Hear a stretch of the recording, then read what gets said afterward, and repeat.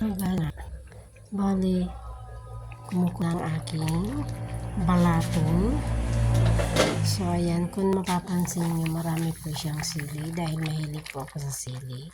Actually, hindi po yan So, ayan, kumukulo na siya at makikita nyo yung aking sahog. Buto-buto lang po ang aking sinahog dyan para mas lalong malasa. Ayan.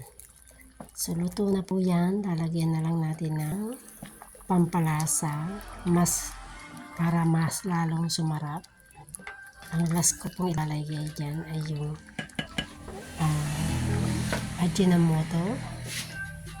Tapos yung ayan, Ajinomoto. At maya-maya okay na po siya. Haluin. Haluin natin. Luto na rin yung malunggay.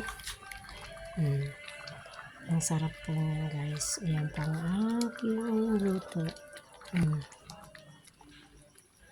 Ayan, Rinan, kain ka na Rinan. Luto na. Dahil alam ko pagod ka sa pagpipintura.